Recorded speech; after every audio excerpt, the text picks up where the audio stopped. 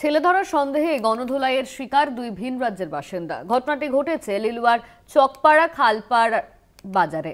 গণধোলাইয়ের শিকার দিল্লির দুই বাসিন্দা গামা সিং ও দিলের সিং।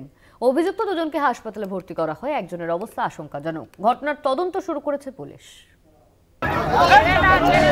ঠাকুরের ছবি দেখিয়ে চাঁদা তুলছিলেন এলাকাবাসীর কাছ থেকে, আর তাতেই বিপত্তি বাঁধে।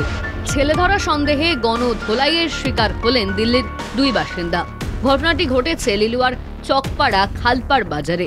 স্থানীয়দের তরফে অভিযুক্ত দুই ব্যক্তির বিরুদ্ধে বাচ্চা চুরির অভিযোগ উঠেছে। তাহলে 101 টাকা দিন, ছবিটা 101 টাকা দিতে পারবো না, আমি গরিব মানুষ। আমি গরিব মানুষ, 11 টাকা আমার কাছে আছে, নিলে নিন, না নিলে আপনি চলে যেতে পারেন। বলছে ঠিক আছে, তাহলে ছবিটা রাখুন, 11 টাকা দিন। নিয়ে আমার ঘর থেকে বেরিয়ে গেল। তারপরেই আমি হই হই হই হই শুনতে পেলাম, রাস্তাতে হচ্ছে। আমি দৌড়ে গেলাম, কি হলো, হই হই কিসে হচ্ছে। গিয়ে দেখি ওই লোকটাকেই মারছে সবাই। কি কারণে মারছে? ওই যে বাচ্চা চুরি। বলছি এ তো আমার বাড়ি, তো এইমাত্র এসছি।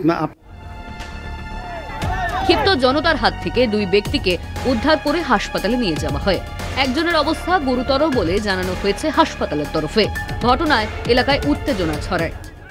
এই সময় দেখি একদল ছেলে তাড়া করে নিয়ে যাচ্ছে একটা লোককে। নিয়ে গিয়ে দোকানে যেখানে খাচ্ছিলাম ওর পাশেই ধরে ওকে মারধর আরম্ভ করছে। প্রচণ্ড মারধর করলো, মারধর হয়েছে। পরে শুনলাম যে উনি নাকি একটা মেয়ে মুখ চেপে দিয়েছে। মুখ চেপে দিয়ে নিয়ে যাওয়ার চিন্তা ভাবনা করলো কি না করলো সেটা তো আর আমরা জানি না। সবাই বলছে যে মুখ চেপে দিয়েছে, মেয়েকে নিয়ে যাচ্ছিলো, এরকম করে এইভাবে এই কথাটা হওয়াতেই প্রচণ্ড মারধর হয়েছে। দিন দুপুরে সরগরম লিলুয়ার খালপাড়া বাজার চত্বর। এলাকাবাসীর অভিযোগ, এলাকার বাচ্চাদের হদিশ জানতে পুজোর চাঁদা তোলার নামে এলাকায় ঘুরছিল ছেলে ধরারা। এমন গুজবের জেরেই গণধোলাইয়ের ঘটনার তদন্ত শুরু করেছে লিলুয়া থানার পুলিশ। জগন্নাথ সামন্তের রিপোর্ট, কলকাতা টিভি।